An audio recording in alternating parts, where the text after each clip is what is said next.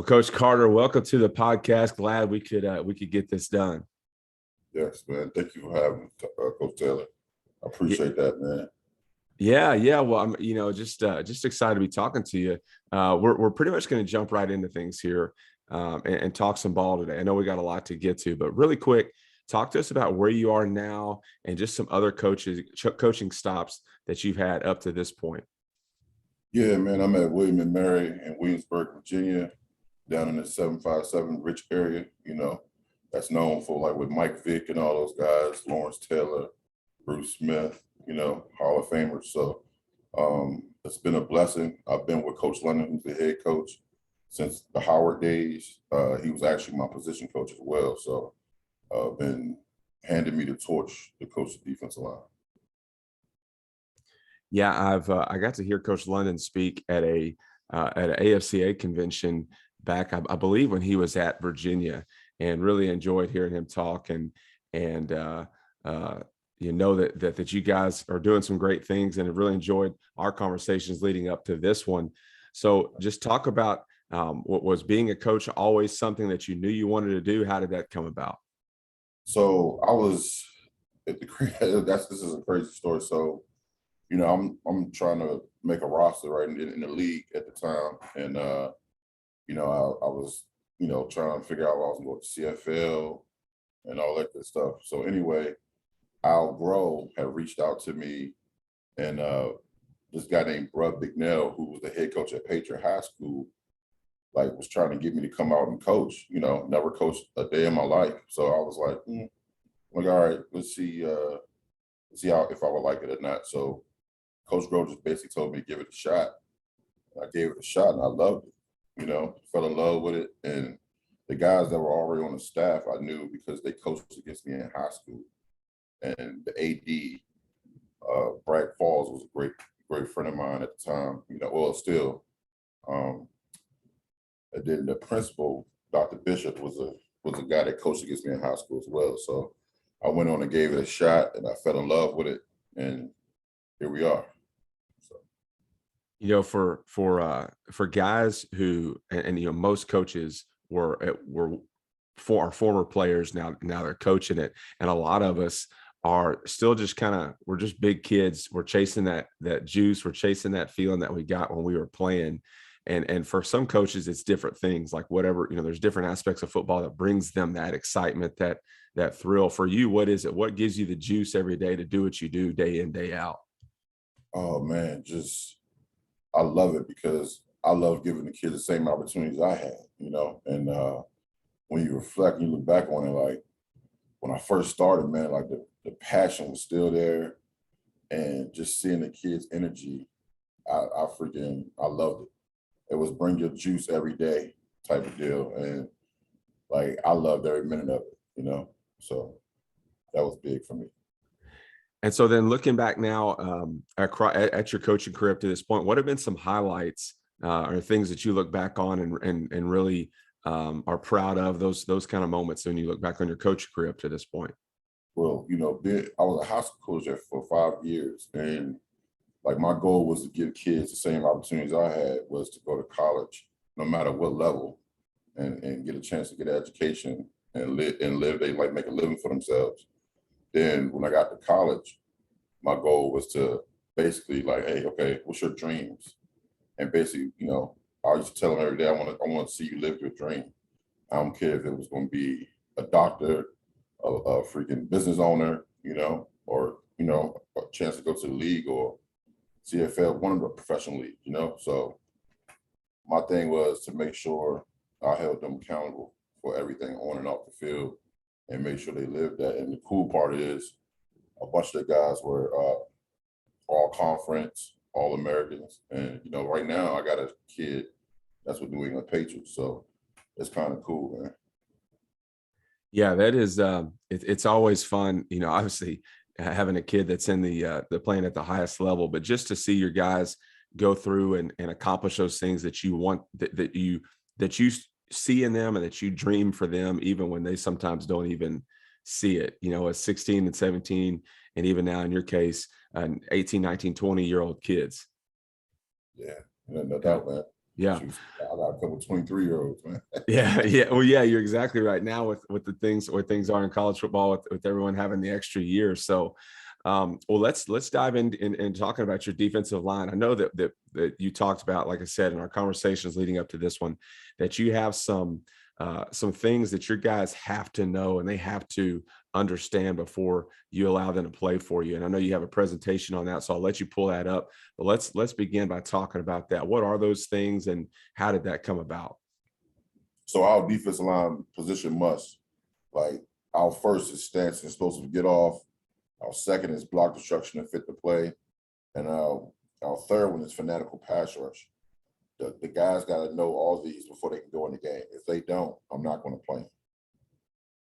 So number one, stance explosive get off.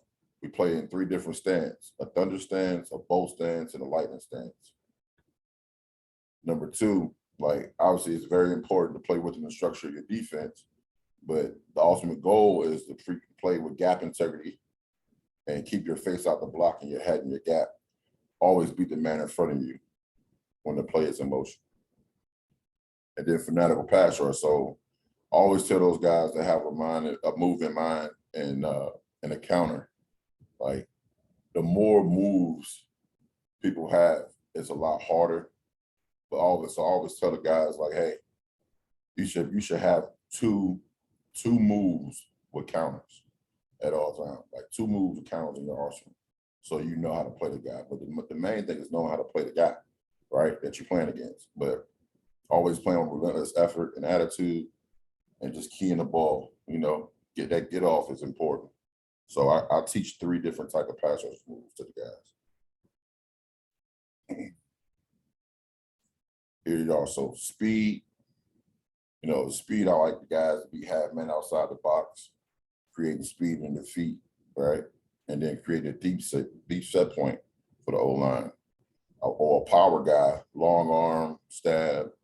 Always want to make the O-lineman get ground. And then obviously the combo, which is speed to power, speed to ice pick, all that good stuff. Like, you can hump. Like, we got a bunch of those in the arsenal. Like, what I usually do pass rush wise, I develop guys, but also I identify what type of pass rusher you are. I think that's important, because I know a bunch of guys teach guys a bunch of moves, and it's like, they don't even fit that type of move, but people continue to do it anyway. My biggest thing was, like I said, I identify what type of rusher you are, and we work those moves and counters off that. So I think that's key.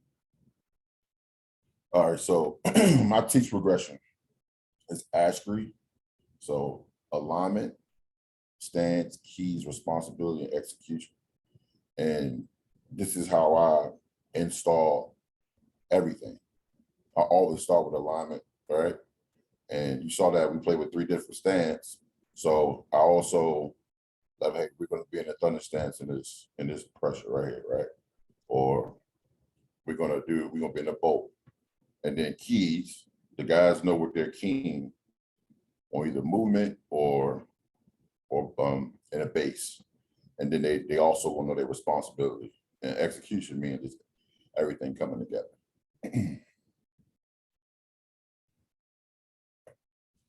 So I think this is important. And I know you guys do this. Like, my son, 12 years old now, well, will be 12, but I even have him making sure he know, because now he playing running back, he plays linebacker.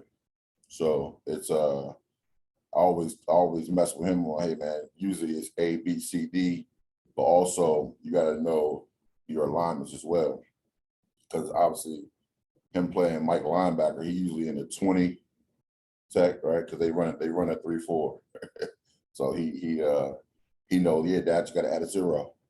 It's cool to hear him say that, but I also want my guys to know as well, like, hey, if I'm telling you, like, I want you in a 6-eye, like, on the tight end, get in the freaking 6-eye, So that's the alignments always when our pressures. That's how I install first. So here's our fronts right here. So we go kind of like field boundary. So I'll fill in, he'll be in the 4, Obviously, the nose would be in the 0, and then the stud would be in the 4. So that's kind of our 3 down stuff. 4 down more, so a shade, a 5, a 3, and a 6, and most guys know that. So it's that's pretty much like the base for a lot of guys in defensively. So obviously you heard me say we talk about 3 different stands, right? So in our odd front, here's the thing. Here's a good picture right here. From the 0 and the 2 4s, like the feet will be shoulder width. You always had to weight on your inseams. And I do a slight heel to toe, but it depends on your suddenness. So if you're not a real sudden guy, it's definitely going to be arm, like shoulder width apart for sure. And then just square type of stance. And then basically putting your hand not a lot of weight on your hand. You know what I'm saying? So you can strike and move as lateral as possible. For all the zone schemes and stuff, and our front it don't make sense to go forward. If they already moving gaps. So that's what I believe. And our 4 down is the heel to toe staggered, like near hand down there for back. Like I just feel like if it's near hand down there for back, close to the ball, I feel like you protect your gap better. So that's how the way I teach it. Then of course lightning, like it's pass rush. Like guys gotta earn the right to rush the passer. So stopping the run first so you can get in your lightning stance. That's key. Any questions on that? Yeah, let's go back to your thunder stance when you talked about just their feet, the width based on how sudden they are. I like that term. I like that phrase sudden, because I think we all know what you mean, as D-line coaches talking about that. But go back to that point and talk about, so if they're more explosive or if they're less explosive, that depends on how wide you want their feet. Did I hear that right? So I tell them, if you're real sudden, I'm okay with you being in a slight heel to toe stack, like real slight. Okay, yeah, I got you. If you're not as But sudden, but if they're not as, I got you. They're not as twitchy, then they're more balanced up so they can move laterally. I got you. Okay. fast, big, heavy footed guys, which you Yeah, really don't want on D line, but right. sometimes it'll benefit them being able to do that and strike. Yeah. So So when you're teaching these, I know you start with your thunder stance and then you sort of progress into that. Is that kind of part of your everyday drills as far as how your practice goes? Like every day you're working, you go through your different stances and how you're getting in those and coming out of those. yeah, I predicate all that stuff basically on install. Like if we install a lot of 3 downs, we're gonna work the thunder stance a lot. If it's more 4 down stuff, then we're just gonna do more 4 down stuff. So all predicated on the install. Yeah, I got you. So that was all alignment, and then you heard stance. Now keys, obviously in the 3 down, we have a certain way we do things as far as key, but my biggest thing when we're in the odd front for how the way we're in the thunder stance, right? So the key now is when you reading your key, we're reading and then reacting in the odd front.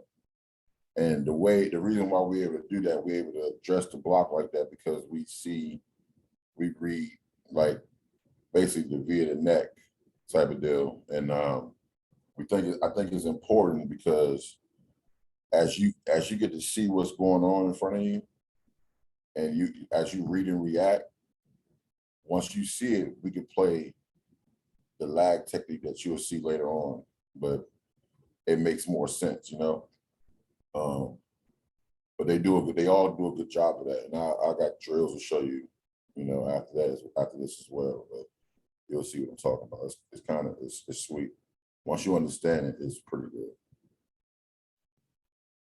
In 4 down, I mean, like, sure, I know all you guys. I know every D line coach probably telling them to read it via the neck or the tip of the pad, right?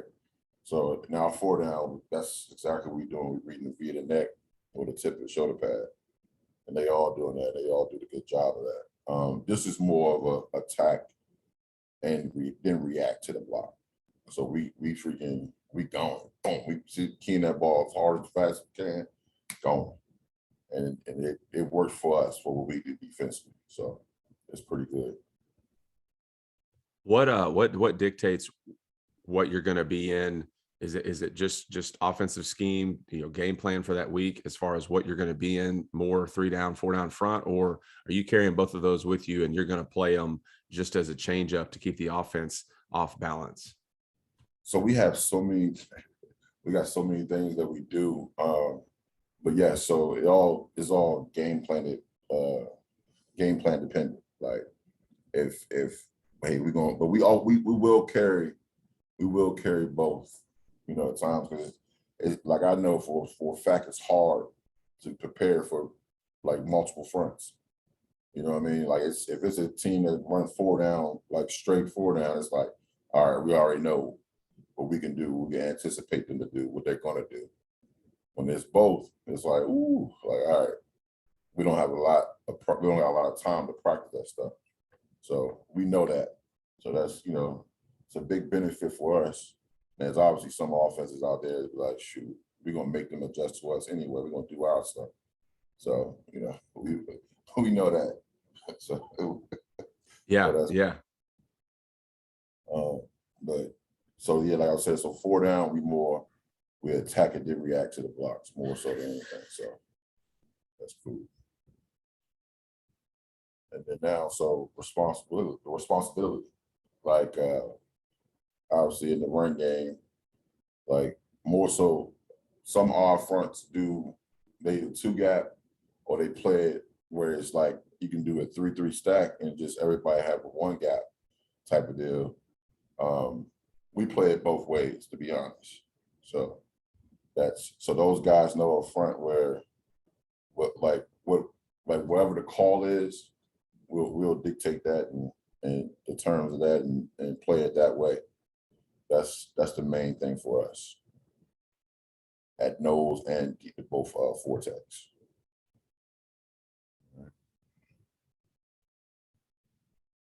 So you heard me saying at the read and react, right? So once you read and react, here's a good picture right here of those guys playing that lag tech. Like, it's pretty good, and it's important to do that. So now backers can run, everybody running into their fits. But it's a perfect picture right here. And like I said, I got a draft to show you, and you'll see later on. But this is kind of it's neat. And it takes a while to do this because a lot of guys that we recruit are so used to like getting vertical right away, and they don't have any patience. You got to really read and react to the block. So once you read your key and understand that, things happen a lot faster. Yeah, and I think it takes a lot of excuse me, a lot of pressure off those guys up front. I was talking to one of our former kids the other day who's playing in college right now, and he's playing sort of this type of technique, and talked about how it's really helped him, and just because he's not worried about getting reached, he can just be real thick inside there, and yeah, he talked about one of the biggest things is having to learn how to be patient, and Yeah. It's almost like to steal a term from another coach, a controlled aggression, right? Like, you're not being soft or passive, but you're just sort of just letting that thing play out and eating up those blocks, those interior blocks. Yes. I know the D line, they be kicking, they be so bad sometimes. I'm like, hey, look, man, like when we're in our front, like, we freaking the O line and those guys the backs. You better look at it that way. But we don't play like that. We play violent, So that's the cool part. Yeah, I think sometimes a misconception about about a read and react type of D line is that it is passive. I mean, it's definitely not passive because you're not getting blown off the ball. It's more patient, you know. So I think that's a common misconception there. Yeah, and here's the thing, like when I say read and react, like all you're doing is reading your key. Like the reaction is still going to be fast and violent and sudden. It's not, you know what I mean, it's not going to be really slow, but because guys is going to really try to get off the ball or really try to get to their spot, you know, as the O line. So like the reaction time still going to be a lot faster. So.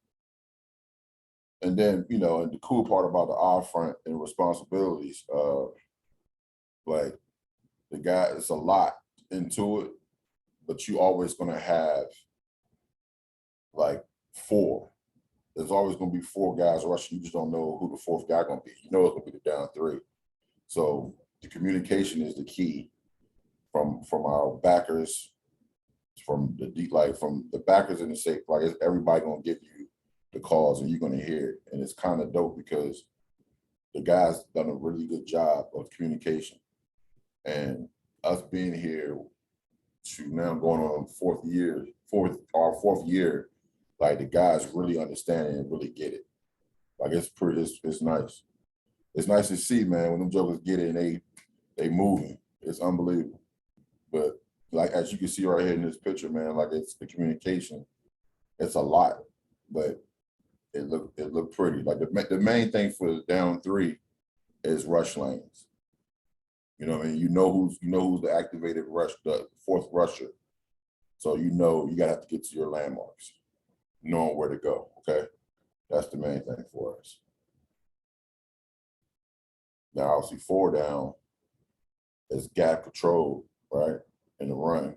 You gotta make sure your gap is already defined for you. So you just gotta be smart. I'm a huge guy and turning the pad instead of peeking in the run game, because when most guys peek, they tend to drift, you know, and trying to look for the ball. Like I'm always been a firm believer when you turn the pad and look through the blocker, it's like, hey, the ball gonna find you. Just defend your gap, and once you see that ball declares, you freaking block destruction, right, and fit the play. That's one of our D-line musts. So here's a good picture right here, like trying to run outside zone against us, where our gaps are defined and we knocking them off the ball. There's really nowhere for the running back to go. And I always tell my guys, once you get a chance where you can just make the running back stop their feet, it's a wrap. That's what we're trying to do. Make them stop their feet, hats and gaps, control no lineman. Like, and all that takes like good hand placement and gotten to be strong enough to lock them out, like still cable lockout type deal. And I mean, sky's the limit after that. So, and then as far as pass rush, obviously 4 down, you're always gonna have your contained rushers and your inside pocket pushers. Like the landmarks from the quarterback is crucial. You gotta be able to make sure you're on your landmark. If you're not, that joker gonna scramble. So you got to keep the cup. So I always tell the guys is we building the cup no matter what. Like I don't care if like the quarterback is allowed to move. He is allowed to move. So that means your rush lane gonna move. So just make sure as he moving, your eyes up and you seeing the quarterback as you rush the passer, that you get to your landmark. You know, so that's the best way to put it for me, for my guys. Keep the cup. Yeah, that's a I like that term, that keeping the cup. And unfortunately, yeah, they allow that quarterback to move back there. It's not just a stagnant pop-up dummy like we work with in practice a lot of times. Right. And that's why it makes those landmarks like you have marked here so important for those guys to understand, because every D-line coach knows, like, on 3rd and long and you have a kid rush upfield, and it's a great rush, but he either, he rushes the downfield shoulder if he's an upfield shoulder guy, or vice versa, and that guy leaks out of the cup as you're putting it and scrambles for a first down. It just makes you want to eat your defensive script, and say some things that your mama probably wouldn't want to hear you say. No doubt. No doubt. It's a crusher, man. That's exactly what it is. Like, you work hard to get those third and long situations. It's like, oh man, come on, man. And like I said, like, and that all dictates on, like, remember, you earn the right to rush the passer. When you earn the right to rush the passer right. So, and the guys, they, like I said, they, for the most part, did a good job. Like, we really did a good job harassing the quarterback this year. Like, we really did. Like, I had a kid that was All-American this year that led the conference in sacks. So it was pretty good, man. Like 6 forced fumbles. And we work a lot of that stuff, man. But the crazy thing is, he wouldn't have been able to do that without the other rushers. Because we actually did a good job keeping the quarterback intact in the cup. So, and then execution, right? Everyone expect, like, executing the kingdoms. We call them kingdoms. We got 5 kingdoms in our defensive unit, right? Tackle, got to be able to tackle. We got to be able to play the force. We got green swarm. We call it best in America. Like, being able to run to the ball. TBD, top ball disruptor, and then block destruction. Everybody, all 3 levels got to be able to freaking shed the block, right? If you can't shed the block, it's going to be trouble, especially them corners on the outside. Like, you got to be able to you can't let a receiver block you, or the outside back can't let a receiver block you. You know what I mean? So, got to beat blocks and have that no crease mentality in the run game and rushing the passer. Take him out of the freaking game. That's what we want to do. So that's key for us. And here's an example of us celebrating PFL, so the swarms of the ball, like, just executing all our kingdoms. Execution. Now, when your guys make a big play, are you on the sideline, or are you in the box? I'm on the sideline. So are you out there at the numbers, greeting those guys when they come off the field and getting them turned up? Oh, no doubt. No doubt. I turned up with them, I turned up with them, man. It's like, it's crazy. It's like a mentality. Like, we pride ourselves, we call ourselves D Block, and, like, I'm a huge Hawk fan. So, like, Hawk is our logo. And, it's, the mentality is unbelievable. It's focused on the vision and not the sight. Like, sometimes, what I mean by that is, you focus on the vision, like what you want to get accomplished, right? And what we want to get accomplished. Like, sometimes the sight part is when guys, or something happen, something mess up, and it's like, oh man, hey man, let it go. Let it go. We focus on our vision right now. And guys tend to see that, man, like, oh, like, coach, you right. It worked. Like, yeah, I messed up. All right, next play. My head down in the gap. All right, next play. We gotta move on, make up for it. So focus on the vision, not the sight. Yeah, sorry for the delay there. I'm typing that down as you're saying it, because that's really, really good. I like that. And I'm gonna have to steal that, because I think that just speaks to, whatever position, whatever side of the ball you're coaching. Yesterday we're working some 7-on-7 stuff and had a safety get burned, and he's just one of those kids where he needs he needs to be reminded of that, almost every play, like, hey, we got to flush that one and go on the next one, because they're coming at you again. So we don't have time to get down and pout. Like, you gotta flush it. And I like that saying there, focus on the vision, not the sight. Yes. Hold on, I got you. And it's amazing, man. Like, I always tell guys, and one of my good friends, Rob Everett, he's down at UNC. He always said it, and it was, I forgot what the quote came of, but it's amazing what you can accomplish when no one cares to get the credit. like it's so true. And that's one of my favorite quotes. And you know, he said all the time, it's like, man, I love that. Now I know he'll crush right now, but like that really matters. Like if you tell guys that, let guys know, like, be selfless, you know what I mean? Because the more selfless you are, like doing everything you want to do and supposed to do for the guys, like that kind of it matters. You know what I mean? Like some guys don't understand that. Some guys want the credit, but don't care about doing what it takes. You know what I mean, to win the game. You know, so that's one of my favorite quotes. Yeah, absolutely. Absolutely. Um, let me share this with you. So,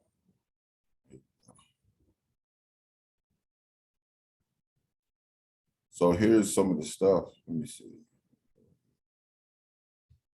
I can show you. So some of the stuff they doing. Can you see that? Yep, I can see it. So key steps. So you kind of see it. So you see how fast he's moving. Like once he read and react, once he read like his key and it's declared, he's gone. And you would never tell when you watch the game, like in the game, because it's like no one really knows how we're really doing it. But like it just looked like a D lineman just getting off the ball still. You understand what I'm saying? But once he reading it, look at his hand, perfect hand placement, boom.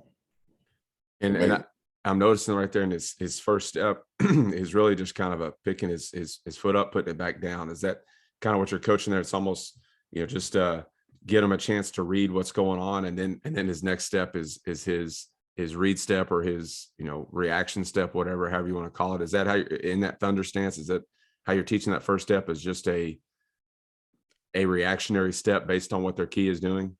Correct. So even right here, it's perfect right here. This is perfect. He reading, boom. And all he doing is pushing off with the weight on his inseams. Perfect. Running back declared. Here's the beauty part of it. Like, I'm a huge guy. Like I want to control the O-line. Like I know a lot of guys like tend to boom. Like I'm a huge technician. So that's my goal, is control the O-line. And the way I teach the technique and the way they shoot their hands and where they shoot their hands. I know a lot of people do armpit breastplate, but sometimes like I'm gonna be real, like a realist. If it's going real fast and it's bullets start flying, sometimes my arms be everywhere.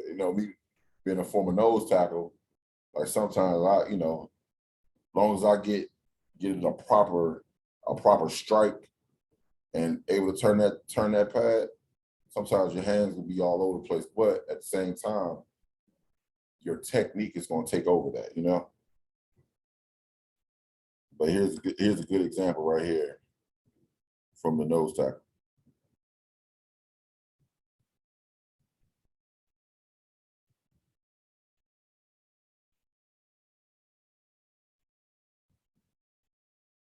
And you see, I got some little tricks to it where they keep the control of the O-line of when they shooting their hands, what to do, type of deal, So it's kind of sweet.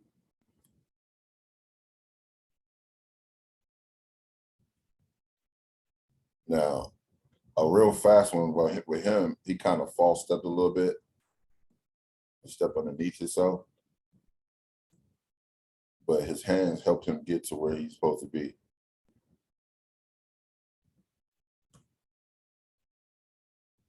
So I thought that just he finished where he needed to be, but Right.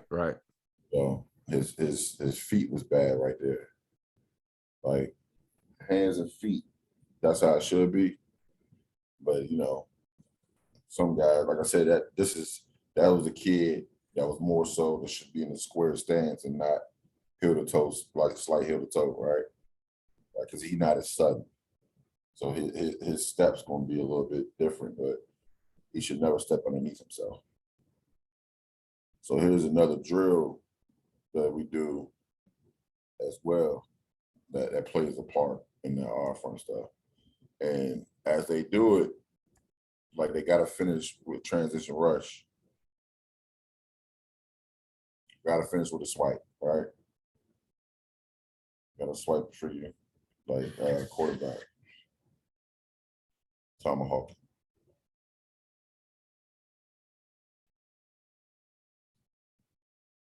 And like this drill right here, the purpose of this drill is because all the zone running is to stay square when you strike it, all right? And the power in your hands. Does that make sense?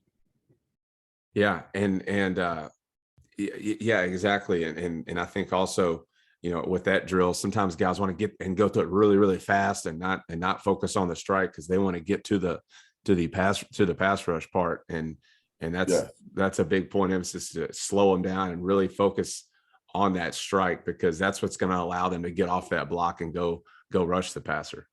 correct, correct.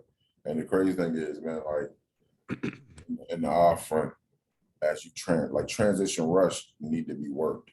Like you got to really work it, because if you don't, you're trying to play the run the whole time, and it's like, oh man. So in this drill, that's the purpose. You plan to run, get to the last bag, transition rush, and then finish with the tomahawk swipe on a QB. Yeah, And it's I think that's one of the biggest mistakes coaches make, and I made it for a long time, is you sort of coach playing the run and rushing the passer, like you compartmentalize it into two different things. You know what I'm saying? Instead of blending them together, because most of the time it is transition rushing, right? Like, there are those times where it's 3rd and 15 and everybody knows it's pass, and your guys can getting that, those pass rush stances and go rush, but a lot of times it is, it's not a run. I got to transition in a rush, and if we don't coach that, they don't know how to do it. correct, correct. So it's huge, man. But at the same time, you got to practice it. If you don't, it'll show up in the game. And the cool part is a lot of the technique that's being taught. Like if you don't see it in the game, they just not grasping it, right? So you got to make sure it's able to transition from indie to your team periods and then to the game, And it's cool to see it, because it's like okay, they understand it. And then also as a player, you want to be like, shoot, man, this what coach teaching me, it worked. They want to see that, So that's the key, man. Like, and it's like, oh man, okay, like yeah, like coach, show me more, like that type of excitement. But it's always cool to see that, like I said. So that was a couple of the three down drills that I do. Here's a 4-down drill that I do, and I love, because like I said, the peaking, man. I'm not huge on peaking because of all the drifting. I see it all the time. Because then if you peaking, you're not really addressing the block. Like some guys start like address the block, control the guy first, and turn the pad, and then look through the guy, instead of like as soon as you get off, oh, where's the ball at? Next thing you know, freaking you 6 yards down the field. But so now heel to toe staggered, right? Good hand placement. See how he's turning the pad? He already got the pad kind of turned right there. And I add a tackling component to it, because guys got to see the back as well. And all that dictates as well for me is I incorporate the release moves as well. Like a lot of guys like to do the arm over into their fit, where I like to do the arm over away from the fit. Explain what you mean by that. Arm over away from the fit. So the way I teach the technique, I have, so for example, right here, he have him right here, right? He controlling the guy. Well, if that back was to cut back, he basically he do a violent arm over. If you can see me right here, he snatch arm over. Yeah, I got you. I got Yeah. you. And if it's into the fit, I like the old school, like boom, you already have them in your fit, like where you're hat in the gap, you already have them turned, and just rip off, just clear, just like that. And it's worked for us. It really has. Like I said, I know a lot of guys are, like you say, it's different, but like I just, you do what you believe, right? I think that's the most important thing. Yeah, so I'm a firm believer in that way. So right here, you see my field hand, boom, declared it. He in the fit. And 0 and 9 are captains. So look at the hand placement, boom. That's what you want to see, the knockback. And he's 6'4", you know what I mean? So like that, number 9 is actually 280. You don't look at what he's 280 and strong. And it's decent right here from 97. Like 97 playing the drill a little bit. But it's good, you know. It's real good for the guys. They understand it. Yeah, their hand placement's there, pad levels there. So you know, you can you get those guys who do try to play the drill sometimes a little bit, and that can sometimes be a little obvious, but at least, you know, hand placement's there, and the intentionality and everything is there. So that's good. Yeah. And then just some of the this is a drill I really like to do that coincides with the drill you just saw. Like, it's pretty cool. So now they're getting 3 reps, and then they finish with transition. Yeah, I like that. Yeah. So you're getting 3 pops, you know, and then it's neat.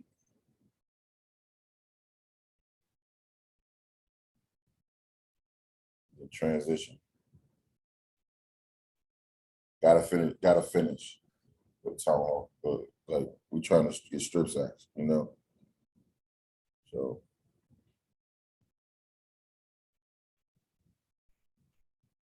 and you see the part about that. So, and that quarterback, they move, like they don't stay still. You see that? Like, you gotta, it's important your track to the quarterback. You get there, you tomahawk.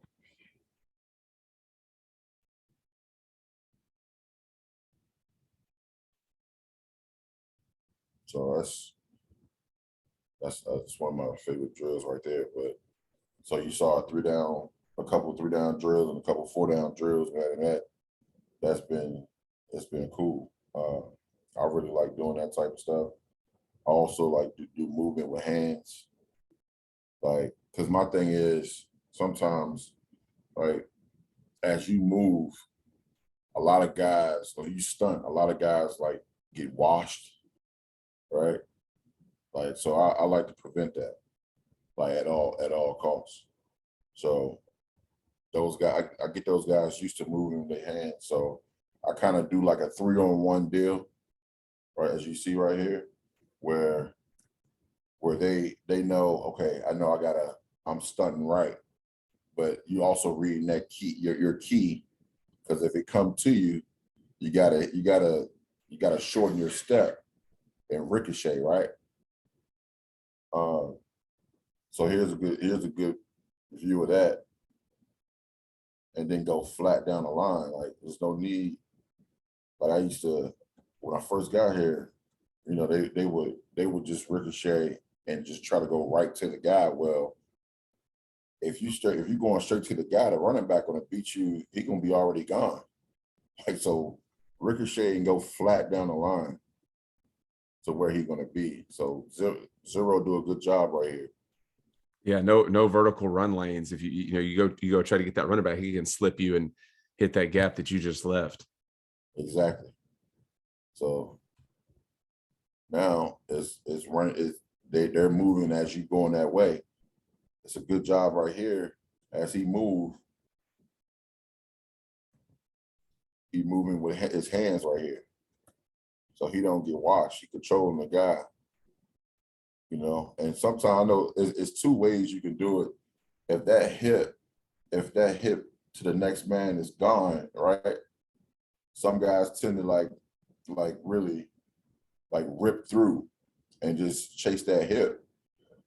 It works for some guys, but also but depending on the run and if it, the run and like the run play and all that good stuff, like what they like to do, the way they block it, the blocking scheme, it's important just to move with your hands. So now you controlling your movement and you also be control of like try to make the play. Like like I tell my guy, I'm like, shoot, let's go wreck the play and try to like make the play. Instead of just like wreck the play, you get vertical to stop it and cut it back. And then, what if someone else not there, Now, we don't want to create a vertical crease, right? If it's a one gap defense, we rather be in control of all that. So the more we play with our hands, whether it's movement or just regular our base, the better, because we get to control what we do. Does that make sense? Absolutely. So it's a good drill right here. Like I said, 3-on-1, you don't know which way you're going. So it's a good, this not bad right here. So you see he will be going that way, but he saw that hip coming to him. So leading out with your hands first, right? Hands out in front and just going down the line. So it's a good job right here. It's a freshman. He's gonna be pretty good. So that's some of the stuff, man, we like to do. Man, I got much more. Like my thing is I'm a huge block reaction guy. Like I'd rather guys see the blocks and I try to play, like practice every block they're gonna see so they're prepared for it. And like the technique I teach, I'm sure everybody teach is make, to make sure their guys react to those blocks as well. But I want those guys to see those blocks, because then when you watch a game of William Mary defensive line playing, you're gonna see like, oh, they're addressing this block really well. You know what I mean? So I take pride in that stuff, man. Like, I'm a huge technician and I love that stuff. So that's D block for you. Hey, coach, I love it. And I think that's all some really, great practical drills there, because like you talked about earlier, you want to see that stuff showing up on video. I like the 3-on-1 and then just getting the three reps with those guys, because that's all realistic stuff and stuff that's going to help them in their as they get into a game. Now I do. Do you have some more stuff do you want to show, or are we good? I wanted to show you that. So okay, go ahead. I give these guys this. So, we work on like the fan block, the slip block, the fold, scoop, like base blocks, like when they pull, double, like combo, like we work all this stuff. So those guys see this stuff, and that way they know how to deal with it. Even trap block, like we work these blocks at nauseam. Like they gotta see it in order for them to see it and react to it and what to do. Some guys like just like I can't stand a guy that would just try to go upfield and not recognizing the block, Like they just you just running around the block, like freaking shoot your hands, like see it. And that's what we do, man. So I had to show you this little blocking scheme thing I have that I show the guys and that the things that we work. So it's kind of a good deal. It's kind of neat. Yeah, I think that's awesome, and I think teaching your kids to understand blocking schemes is so important. You know, I've been going over that with linebackers this week, and kind of making everything based off a if then statement. If your guard does this, or if your key does this, then we do this. And just kind of you just sort of have a set of rules there, and then being able to show them that for those visual learners, for sure, that helps them out as well. Absolutely, absolutely. And then, you got your EDDs every day is that you do pre-practice. Cut ball stuff, all the mirror hand stuff, all the ball disruption stuff. That's key. So we do that every day. We do that every day, and that helped those guys. So if we can't, if during the scale of practice, like if we can't hit some of those things, that's why I decided to do all that stuff pre-practice. Let those guys get warmed up. As they warm up, we doing that, and they became accustomed to it. So it's kind of cool. Yeah, yeah. Well, Coach, great stuff today. We're gonna I'm gonna get you out of here, but I gotta ask you, put you under the gun a little bit before we let you go, and ask you some rapid fire questions. And I always say rapid fire, but it's not. It doesn't always mean rapid fire. It's kind of like when you're helping out the offense and they have these 12 plays that they're going to run against you, and that 12 plays ends up turning into 20 plays. You know how those offensive guys are. But just to have some fun here as we close out the episode. So let's talk about this first. Okay, so you are you talked about, you're a sideline guy, you're a big time juice guy. What are some of your game day, if you have any game day traditions, superstitions that you kind of do to help you get in the right frame of mind for game day? Man, I gotta have like a Red Bull, man, like to get me going. Like the kids try to get me on the bang stuff, the bang energy drinks. I'm like, nah, man. I took a bang one day, and man, I thought my heart was gonna explode. I was so juiced and amped, man. It was unbelievable. And I'm like, oh my God, that feeling, man. I'm like, I ain't young anymore, man. But nah, just I need some peace and quiet time, kind of like I was as a player, and just decompress a little bit before I get out there. And I give those guys my speeches pregame, and the usual. And those guys, they I know what takes them. I know what get them going.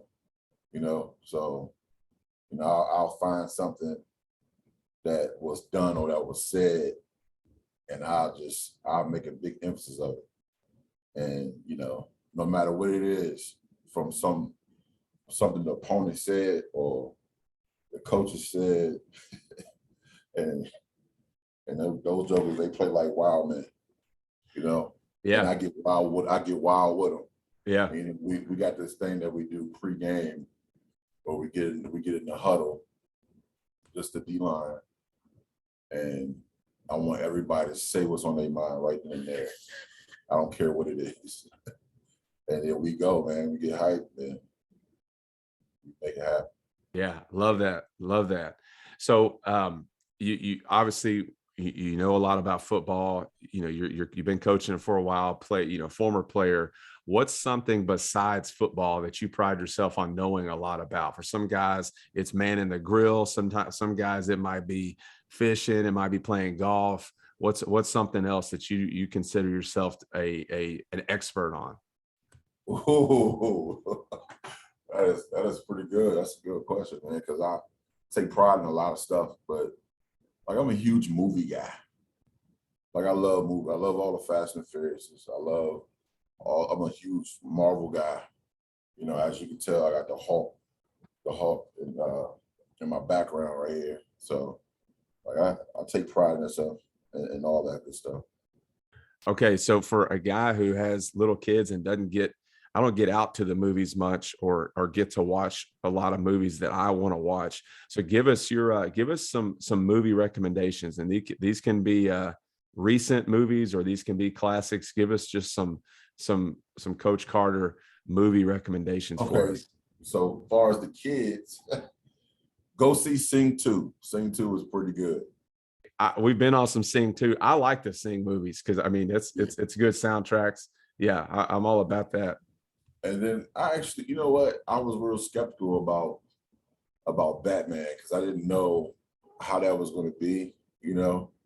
But the way they did it, man, I thought it was pretty good. I did. I thought it was good. The whole plot and everything. What's your favorite Batman movie? Do you have one of all time? Uh oh, the craziest thing, man. I like the original one with Michael Keaton and Jack Nicholson. I like the original one. I really do. Yeah, I have two little boys, and they kind of got on a kick for a while where they were watching the original Batman like TV show, with like Adam Right. West, like the Bam and the Pow, and Yeah. it's pretty cheesy, but I kind of got into watching it with them, and there's worse things that they could get into, so I was cool with it. Okay, so I've let me think. I don't think I've ever been um, to Virginia, your neck of the woods. So if we're going back to your home, okay, and I'm coming to visit, where we going to eat? Give me some spots so we're gonna go grub. Oh, and so Williamsburg right now. We definitely going to Matchstick, nice little barbecue spot, and then we're gonna go hit Paul's Deli. Was like a historical place here where a lot of for the legends come and they all eat at Paul's Deli. That's kind of neat. Yeah, Like, yeah. you go in there, you see the pictures, the jerseys, autographed jerseys, everything. They used to have a NFL Nike camp here every year for a long time, and Paul's was the spot. So got to put Paul's in there. Okay. All right. And when you're out on the road recruiting, is there a place that you like to hit when you're, that you like to go to? So I'm a DMV guy. That's DC, Maryland, Virginia. I recruit the DMV area, and if I'm in DC, got to go to Ben's Chili Bowl. Got to go hit Ben's Chili Bowl. If you're in Alexandria, Virginia, you got to go hit Blue and White. It's a little spot up there off Route 1 in Alexandria, Virginia. If you're in Arlington, you got to go hit Weenie Beanie. Like, oh man, I try to go as much as possible to those spots when I'm on the road. If I'm in Woodbridge, I could choose anything in Woodbridge because Woodbridge got a lot of good stuff too. So Yeah, yeah, I hear you. Sometimes it's like, hey, y'all got a kid up there? Anybody that can remotely play? You next to that restaurant? All right, I'm coming. yeah. All right. Well, we'll get you out of here on this one. So you kind of talked about the area where you're from and all of the athletes that have come out of that area. Give us, I know two of them right off the bat you're going to say, but give us like the top 5 athletes that you think have come out of that area. I mean, there's a lot of them, but just that off the top of your head. And if you need to expand that list, I don't want to get you in trouble with anybody. So just give me give us for, I'm down here in Texas, not extremely familiar with your area. So give us, for those of us who are outside of the area, give us some insight. So the DMV area, oh my gosh. I mean, it's a bunch of guys. It's more basketball, than football, but you got from Woodbridge, you got like Ahmad Brooks that played. That was my roommate in college and played against him in high school. So definitely Ahmad Brooks. You got football wise, you got Ahmad Brooks. You got oh my gosh, man, Vernon Davis. You can say Vernon Davis and his brother Vontae. Oh my gosh, you can put me on. It's a bunch of guys, man. Yeah. It's hard to even. It's a bunch. Deion Butler was good. Clint Simpson was good. The best, man. Well, those are some pretty good ones that you've listed right there. And I know it's a big time basketball area too. Basketball. Yeah, for basketball, I mean, you got Grant Hill, you got David Robinson, You got shoot, Kevin Durant, old school Walt Williams. Like it's you can keep going. You got shoot, Michael Beasley was a hell of a player from the area. Shoot, Quinn Cook. Like man, you can just keep going, man. Like that whole DMV area is crazy. It's a bunch of talent. Yeah, yeah. Well, that's what I've always heard. And so that's awesome that you get to go and recruit that spot. Well, Coach, Yeah. thank you so much for joining us today and sharing with us. And just want to wish you and the tribe the best of luck in 2022. Hey, I appreciate it. Thanks for having me. And guess what? Keep your pads down.